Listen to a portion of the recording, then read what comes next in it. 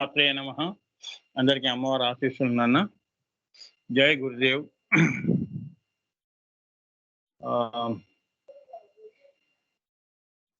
ఇతపూర్వం మనం అమ్మవారి నామాలు చెప్తున్నాం. కొద్దిగా గురువు వందనం చేసుకుని స్టార్ట్ చేస్తాం.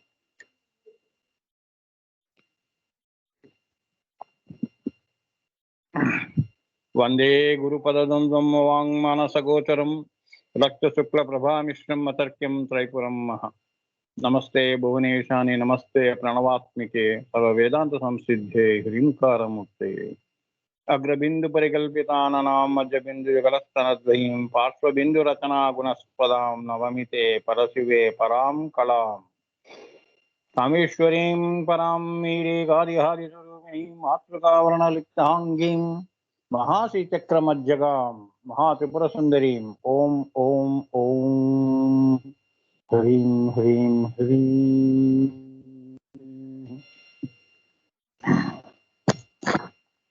దత్తోహం సోహం శివోహం శ్రీమాత్రే నమః.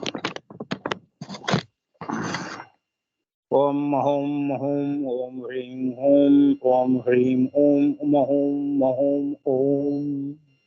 అఖండాత్మ పరచిద్గణ నిసర్గ దత్త ఓం నిసర్గాత్మ పరచిద్గణ అఖండ దత్త ఓం పరానంద చిన్మయ ఘన బ్రహ్మ దత్త ఓం విరాట్ స్వరాట్ సామ్రాట్ గణ విష్ణు దత్త ఓం సర్గస్థితిలయానంత త్రిపుర దత్త ఓం సార్వత్రిక చక్రేశ్వరి సారాఖ్య శ్రీ లలిత ఓం నిరంజన నిర్వికల్ప నిస్తులధన నిత్యదత్త ఓం మాయాంతరాత్మ మాయాఘన మోక్షదత్త ఓం మృత్యోర్మృత్యు మృత్యుంజయ మిహిర దత్త ఓం పూర్ణ బ్రహ్మ పరచితి గణ జ్ఞానదత్త ఓం విశ్వరూప చక్షుర్గణ విజయ దత్త ఓం. దత్తోహం సోహం శివోహం శ్రీమాతే నమః. జయ గురుదేవ్. అమ్మవారు కామేశ్వర ప్రేమరత్న మణి, ప్రేమరత్నమణి కదా. ప్రతిపనస్తని అంటే నాదము, బిందువు, కళ. ఇప్పుడు మనం ఎక్కడో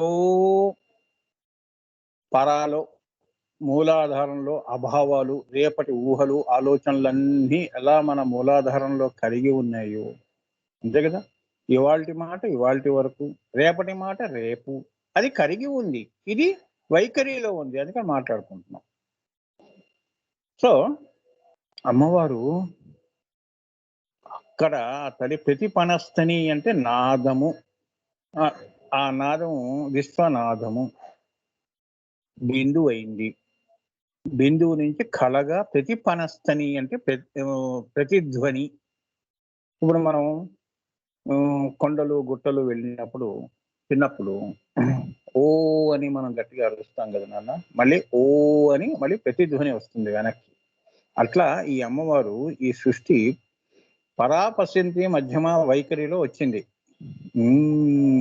అంటే ఆమె నోటిలోంచి ఊడిపడింది అన్నమాట శ్రీచక్రం అని. అవునా, మనం కూడా పిల్లల్ని అంటాం కదా, అబ్బా నోట్లోంచి ఊడిపడ్డారు రా బాబు వీళ్ళ అమ్మగారు వీళ్ళ నాన్నగారు అన్నట్టు. అట్లా ఓంకారం నాదం అంటే మరి అమ్మవారు ఎలా పలుకుతుంది? నోటితో పలుకుతుంది కదా, బిందువు. అట్లా ఊహించుకోవాలి నాన్న. ప్రతిపనస్తని అంటే అది అంటే ఏంటంటే రీసౌండింగ్ అదనమాట. ఒకసారి మన అంతరాత్మలో కూడా చూడండి, రీసౌండింగ్ వినిపిస్తూ ఉంటుంది. అవునా, రీసౌండ్ వినిపిస్తూ ఉంటుంది నాన్న. మన చెవుల్లో వినిపిస్తూ ఉంటుంది. అది ప్రతిధ్వని అనమాట. ప్రతిధ్వని లేకుండా మనం ఇప్పుడు నా మాట మీకు వినిపించాలి అంటే మీలో రిసీవింగ్ ఉండాలి కదా నాన్న. నా మాట నా వరకు ఉంటే ఎట్లా, అది మళ్ళీ మీలో అది ప్రతిధ్వనించాలి. సృష్టి అంతా ప్రతిధ్వనుల మీద ఉంటుంది. అది చెప్తున్నాడు ఇక్కడ రహస్యం.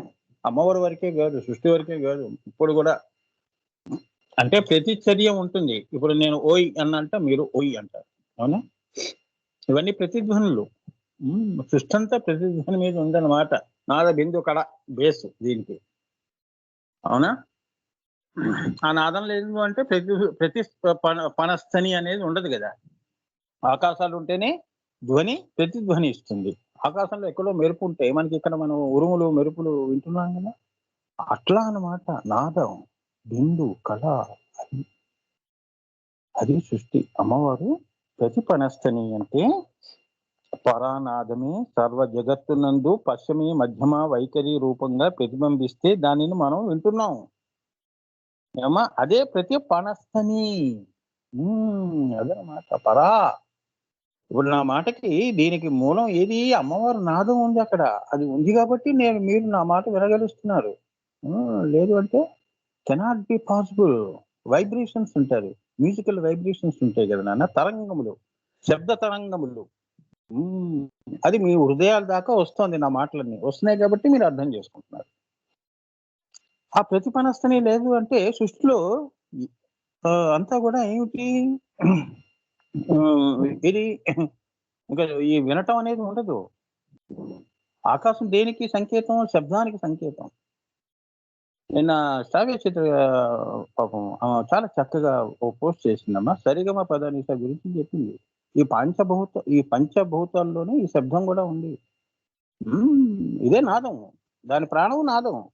ఈ సరిగమ పదనిస అంతా కూడా ఇవన్నీ కూడా నాదపూరితమైనవి. దీన్ని అల్లుకునే సృష్టి ఉందని. ఈ నాదాన్ని అల్లుకునే అంటే ఇప్పుడు లత ఫల అన్నారు కదా, లత ఎలా అల్లుకుంటుంది? అలా అల్లుకోవటం అన్నమాట. ఈ నాదాన్ని అల్లుకొని ఉన్నాయి ఈ లోకాలన్నీ అని. ఈ సరిగమ పదనిస అంతా సర్వం నాదమయం జగత్ అని చాలా బాగా పెట్టావు నాన్న. Well so happy. మంచి ఇన్ఫర్మేషన్, మ్యూజికల్ నాలెడ్జ్ ఇన్ఫర్మేషన్ తెలియాలి నాన్న. స అంటే ఏమిటి, వి అంటే ఏమిటి, ప్రకారము, అగ్ని బీజము చక్కగా చెప్పారు. అందులో కరెక్ట్ అండి. సో ఇదంతా కూడా ప్రతిపనస్తని. మరి ఆ నాదాన్ని మనం ఆస్వాదించాలి అంటే మనకి ఒక ప్రతి ధ్వని అనేది ఒకటి ఉండాలి. అది ఉంటేనే మనం, అందుకే శిశుడు వేతి పసుడు వేతి వేతి వేతి రసఫని అన్నారు.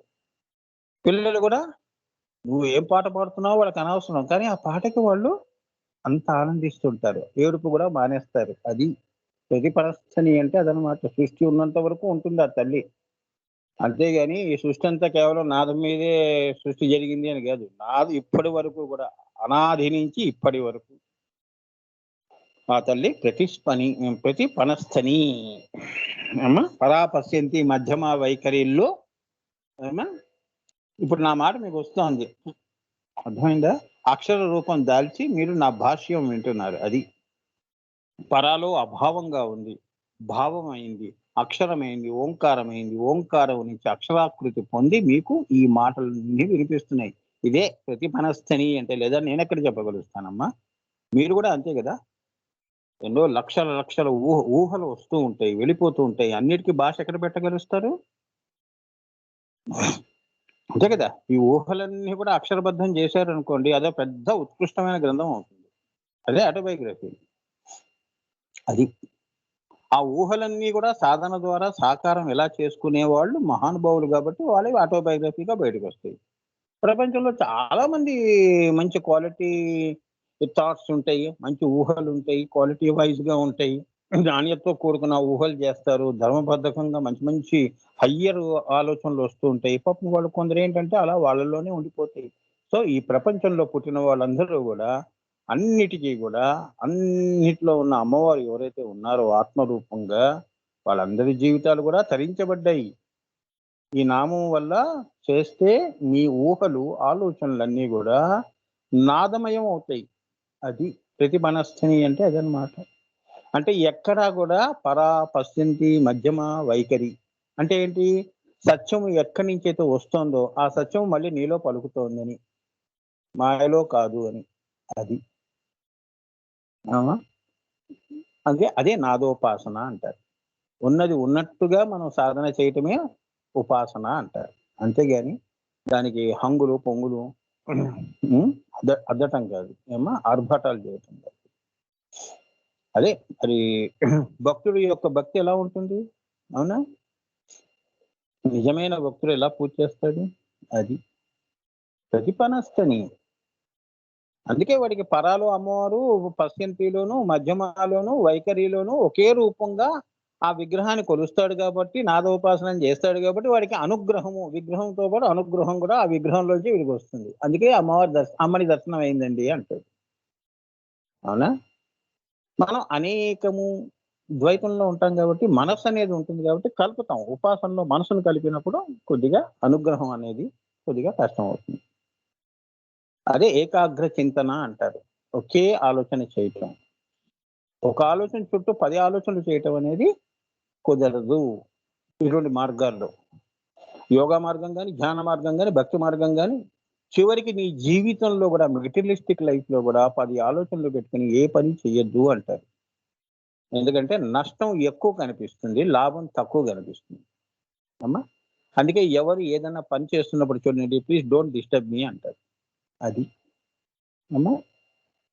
ప్రతి పనొస్తే అంటే అంత నువ్వు లౌకికంగా గూడా తీసుకుంటే గాని నీకు పరాలో ఉన్న ప్రతి పనస్తిని అనేది నీకు అర్థం కాదు నాన్న. అది. మీకు అర్థం కాదు. అమ్మవారి విలువైన పదం ప్రతిపనస్తని అనే యొక్క ఈ నామం ఏదైతే ఉందో దీని యొక్క గొప్పతనం తెలీదు. అనుభూతి రాదు. ఊరికే అక్షరంగా చదివేస్తాం అంతే. ఓం ఐం హ్రీం శ్రీం కామేశ్వర ప్రేమరత్నమణి ప్రతిపరస్తన్యై నమో అని అనేస్తావు. ఏమర్థమైంది? సానుభూతి చేసుకుంటూ నామం చదవాలి. అది. అదే బ్లిస్ అంటారు. అమ్మా! అదే నీవుగా భాషించటం. అదే నువ్వు అవ్వటం. అవధ ఓం నుంచి సవధ ఓం నుంచి అవధ ఓం. నువ్వు అవ్వు. అది కా. అదైతే నీకు తెలుస్తుంది. దాని ఆనందం తెలుస్తుంది అని. అది. అంతేగాక ఈశ్వరుని యొక్క పరానాదము మన దహర చక్రంలో గూడా అనాహత నాదముగా దాగి ఉన్నదని కూడా రహస్యము. ఆ పరానాదం ఎలా ఉంది? మన దహర చక్రంలో గూడా ఆ ఈశ్వరుడి యొక్క ప్రతిబింబం ఏదైతే ఉందో అది దాగి ఉన్నది. ఏనన్నా? అది నీలో దాగి ఉంది. అంటే ఇప్పుడు మీ దహర చక్రము అంటే ఆ చక్రంలో నీ హృదయం ఉంది కదా! త్రికోణాంతర దీపిక. ఇప్పుడు అదే హార్ట్ అంటారు గదా మీరు. అది త్రికోణంలో ఉంటుంది. అది త్రికోణాంతర దీపిక ట్రయాంగిల్‌లో ఉంటుంది. అమ్మా! సో, అందులో అనాహతంగా ఉంటుంది.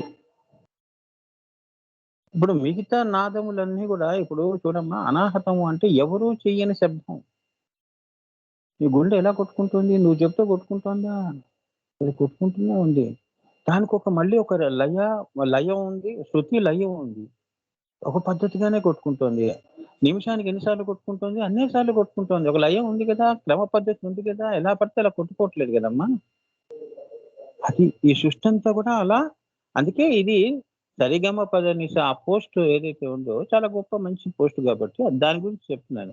సో, ఈ సృష్టి అంతా గూడా శృతి లయల మీద ఆధారపడి ఉంది. అందుకే సర్వం నాదమయం జగత్. ఇప్పుడు సూర్యుడు ఎన్ని గంటలు వెలగాలి ఆకాశంలో, చంద్రుడు ఎన్ని గంటలు ఉండాలి, మనం ఎన్ని గంటలు పడుకోవాలి, ఏ చెట్టు ఇది ఇవ్వాలి, ఏ పండు ఇవ్వాలి, ఏ పువ్వులు పూ పూ పూయించాలి. ఇటువంటివన్నీ గూడా ఒక లయ మీద ఉన్నాయి. ఆ! ఇది మీరు తెలుసుకోవాల్సింది. ఇదంతా లయబద్ధకంగా ఈ సృష్టి వెళుతోంది. సంగీతమయంగా వెళుతోంది. నాదమయంగా వెళుతోందని అర్థం జేసుకోవాలి. అందుకే ప్రతి వాళ్ళు గూడా మాయలో ఉన్న వాళ్ళు గూడా చివరి ఫస్ట్ వచ్చే ఎక్కడికి వస్తున్నారు? ఓంకారం అనే దగ్గరికి వస్తున్నారు. అందుకే మీకు ఫస్ట్ ధ్యానంలో ఓంకారం జేయమంటారు. నాద ఉపాసన జెయ్యి కొన్ని 10 రోజులంటారు. అంటే అప్పుడు తెలుస్తుంది నీకు. అప్పుడు సృష్టి రహస్యం అనేది తెలుస్తుంది. ఓహో! ఈ సృష్టి అంతా గూడా స్థూలము కాదు. నాదముతో స్థూలము వచ్చింది. నీటి నుంచి మనం ఎలా వచ్చాము? శుక్ర శోణితాలు తల్లిదండ్రుల యొక్క అది పిండమే అండమే, పిండమే మరి బ్రహ్మాండంగా బయటపడ్డాం మనం. ఇదంతా స్థూలం. సూక్ష్మం ఏంటి? శుక్ర శోణితాలు అదే నాదము. మనం పుట్టుకకేమో శుక్ర శోణితాలైతే, ఆ శుక్ర శోణితాలకి మళ్ళీ ఏది రహస్యం? అదే నాదం. ఆ నాదమే గట్టిపడిందని. ఆ! అవునా? నాదంతో దీపాలు గూడా వెలిగించొచ్చు. 'దీపక్ రాఘవ' అని ఒక పాటాడు కథలు గూడా ఉన్నాయి గదా! సంగీతంతో చేయందేముంది? జబ్బులు గూడా నయమవుతాయి. వ్యాధులు గూడా నయమవుతాయి. శారీరకమే కాదు మానసికంగా గూడా. ప్రశాంతత అనేదొస్తుంది. ఆ! ఇవన్నీ నాదంతో జరిగేవి నాన్న. అది. This is the simplest, cheapest medicine. ఓంకారం చేసుకోవడం. అది అమ్మవారు మనకిచ్చిన బహుమానాలు. బహుమతులు అన్నీ ఇచ్చి పంపించింది భూమి మీదకి. మనం ఏది ఉపయోగించుకోవట్లేదు గదా! ఏమ్మా? అమ్మవారు ఏది ఇవ్వలేదు చెప్పండి? అమ్మవారు మాకేం చేసిందని అడుగుతాం గానీ, ఎందుకు ఇవ్వలేదు? అన్నీ ఇచ్చాను గదా! అంటుంది అమ్మవారు. నీకే లోటు లేకుండా భూమి మీద పంపించాను గదా! ఆ పని చేసుకొని నువ్వు మాయని తొలగించుకొని గురువు సేవ చేసుకొని నా దగ్గరికి రమ్మని జెప్పాను గదా! ఆవిడ శాసనాన్ని ఆవిడిచ్చిన వస్తువులన్నీ పక్కన పడేసాం. మాయలో వెళ్ళిపోయాం. మాయలో ఉన్నవన్నీ ఆకర్షణీయంగా ఉంటాయి గాబట్టి దాని దాని చుట్టూ తిరుగుతూ ఉంటాం. ఎక్కడ ఆకర్షణ ఉందో అక్కడ మనసనేది ఉంటుంది. ఏమ్మా? ఎక్కడ వికర్షణ ఉందో అక్కడ ఆత్మ ఉంటుంది. అంతే గదా! బైరాగులు, సన్యాసులు వాళ్ళకెందుకు వాళ్ళకి రాయి ఇచ్చినా, మణి ఇచ్చినా 2 ఒకేలా చూస్తారాళ్ళు. మనకిస్తే దేవుడిని గూడా మనం మర్చిపోతాం. అవునా? మాయ, ఆకర్షణ. అట్లా జెప్తున్నాడు. సో, నాదోపాసన అంటారు. అమ్మా! అట్లా చక్కటి పోస్టులు అందరూ ఇట్లా ఈ రకంగా ఏంటంటే నాకు గూడా ఏంటంటే నాన్న చెప్పడానికి కూడా అందంగా ఉంటుంది. ఇంకా అడిషనల్‌గా గూడా అది గూడా తీసుకొని ఇందులో కలుపుతుంటాను. ప్రతిభనస్థిని అంటే అది. ఆ పోస్ట్‌కి ఇవాళ ఈ ఇందులోనే వచ్చింది. అమ్మవారే చెప్పించింది చూసారా? అదే అది గూడా చెప్పన్నట్టుగా ఆజ్ఞ చేసినట్టు అయింది. సరిగమ పదని స. సా అంటే ఏంటి? శివుడు. శూన్యం నుంచి శూన్యం. రిగమ పదని అనేదంతా మాయ. సృష్టి. స అనేది 0. మళ్ళీ చివరికి ఈ సృష్టి అంతా గూడా సున్నాలోనే కలిసిపోతుంది. స, రి, గ, మ, ప, ద, ని, స. స టు స. మధ్యలో అంతా సృష్టి. ఏం మిగిలింది? పూర్ణమిదం పూర్ణమదం పూర్ణాత్ పూర్ణముదచ్యతే. చివరికి సున్నాయే మిగిలింది ఆఖరికి. చూసారమ్మా? అది. అంత గొప్ప రహస్యం ఆ పోస్ట్‌లో ఉంది. హ్మ్. ఇవన్నీ కూడా మహానుభావులు ఎంత చక్కగా స అంటే ఏమిటి? రి అంటే ఏమిటి? అది ఏ రకం దాని పక్కన దాని మ్యాటర్ గూడా ఉంది చూడండి. అవన్నీ గూడా మనం సాధన చేసాము అంటే ఏమ్మా అయాచితంగా, అప్రయత్నంగా అమ్మవారే వచ్చి ఇవ్వటం అవసరం లేదు. అన్నీ నీవేరా అంటుంది. అది. ఏమ్మా మీ ఇంట్లో స్వీట్లు మీకు తినటానికి ఎందుకు భయం? అవునా? అందరిని అడగాలా ఏంటి? పర్మిషన్ తీసుకోవాలా? తినొచ్చు స్వీట్లు ఏముంది? అది. అందుకని మనం ఏంటంటే పొరుగింటి పుల్లకూర. ఎందుకంటే పక్కది ఎప్పుడు ఆకర్షణ. అది. మాయ. అదే మాయ. సో, ఈ హృదయంలో దాగి ఉన్న అనాహత నాదంగా గూడా ఆ యొక్క అమ్మవారి యొక్క పరావస్యంతి మధ్యమా వైఖరి అనేది ఉంది అని నిరూపితమైంది. అంటే ఇప్పుడు నీ యొక్క గుండెలో లబ్‌డబ్, లబ్‌డబ్ అని కొట్టుకుంటోంది కదమ్మా! నాదం చేస్తోంది గదా! హ్మ్. అక్కడ అదే ఆత్మ. అదే స్పందము. ఏమ్మా! అదే స్పందన నాన్న. అది తెలుసుకున్నవాడు ఆత్మజ్ఞాని అవుతాడు. అది మళ్ళీ మూడో కన్ను దగ్గర ఏంటి అంటే ఏంటంటే ఇది కిరణం అయితే సూర్యుడిని చూడాలి అంటే మూడో కన్ను దగ్గర చూస్తావు. అది రహస్యం.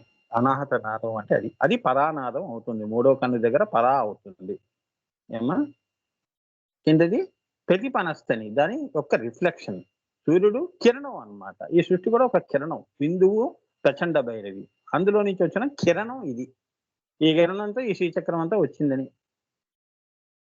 అదే సా నుంచి మొదలైంది బిందువు.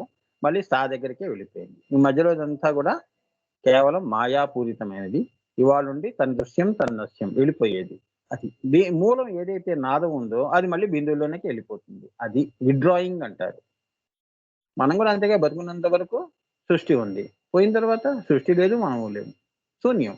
సరి గా మ ఈ మధ్యలో అంతా ఏమైంది పుట్టినప్పుడు పూర్వం ఏమిటి పుట్టిన తర్వాత ఇదంతా రిగమపదని మళ్ళీ ఎక్కడికి వెళ్ళిపోయావు శరీరం వదిలేసి మళ్ళీ అది జీవితం.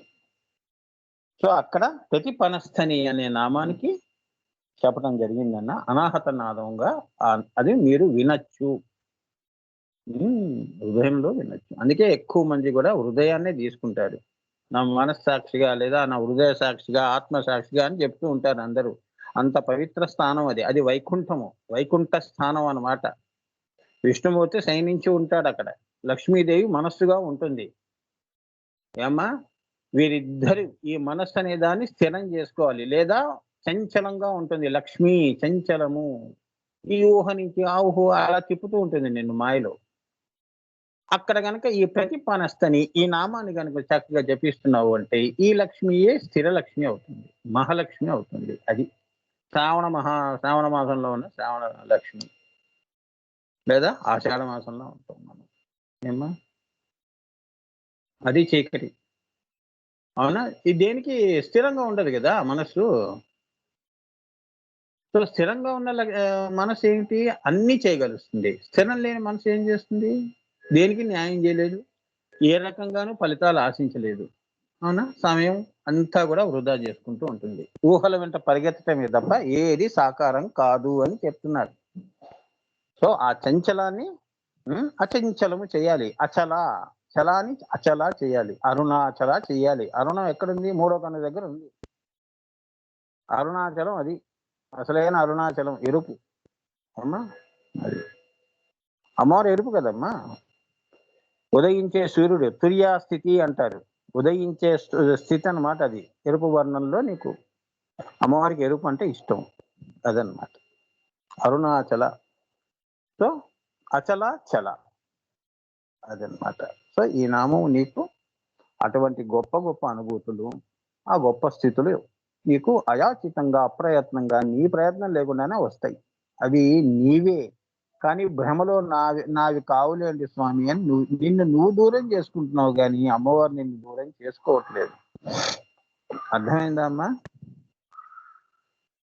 నువ్వు మాయలో పడి దూరం అవుతున్నావు గానీ, నువ్వు అంటున్నావు గానీ, అమ్మవారికి నీ నీ హృదయంలోనే ఉంది. మరి తెలుసుకోవటం నీ ప్రయత్నం. అదే కర్మ. అదే కర్మభూమి. ఏమ్మా? అదే క్రియ.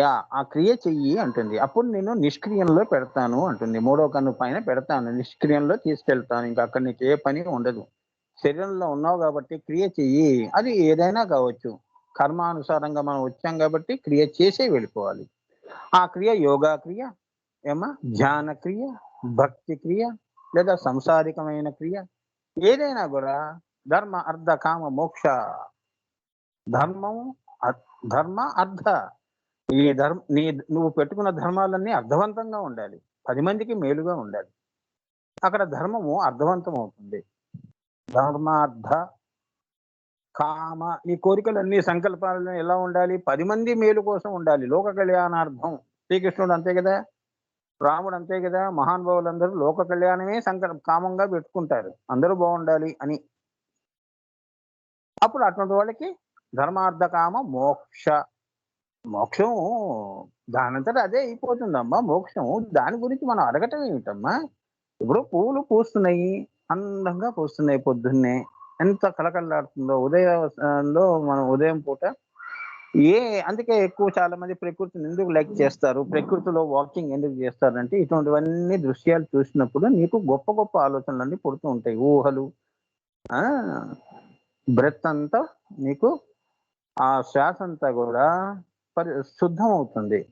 అందుకే మార్నింగ్ వాక్ చాలా మంచిది. తర్వాత 10 తర్వాత అంతా పొల్యూషనే. అది పీల్చుకొని లేనిపోని జబ్బులు తెచ్చుకుంటున్నాం. అందుకని పొద్దున వాకింగ్ మస్ట్ అని పెడతారు. కండిషనింగ్ ది బ్రెత్ అంటారు. రోజు స్నానం చేస్తున్నాంగా, బ్రష్ చేస్తున్నాం గదా! అవునా? అలానే ఇది గూడా లోపల క్రియలు కూడా శాశ్వతమైనవి. అవి చేయట్లేదు మనం. శరీరం వరకే ఆగిపోతున్నాం మనం. స్నానం చేసేస్తున్నాం, బొట్టు పెట్టేసేసుకుంటున్నాం, బట్టలేసేసుకుంటున్నాం, లౌకికంగా వెళ్ళిపోతున్నాం. లోపల స్నానాలు లేవు. అందుకే ఇవి అంతర్గత రహస్యాలన్నారు. అవి లోపలవే చేయాలి. అంతేగాని బయటవి ఏం చేసేదేం లేదు. క్రియలు బయటవి ఏం పెద్దగా ఏమి ఉండవు. అంతా లోపలే ఉంటాయి. అప్పుడే నీకు మోక్షార్హత. ఏమ్మా? ముక్త ఫలాన్విత అమ్మవారు నీ ఫలం అక్కడ పెట్టుకొని ఉన్నది. ఆ ఫలం నీకు ఇస్తుంది. అదనమాట చెప్తున్నారు. ఇంత అర్థం ఉంది ఇందులో. ఏమ్మా?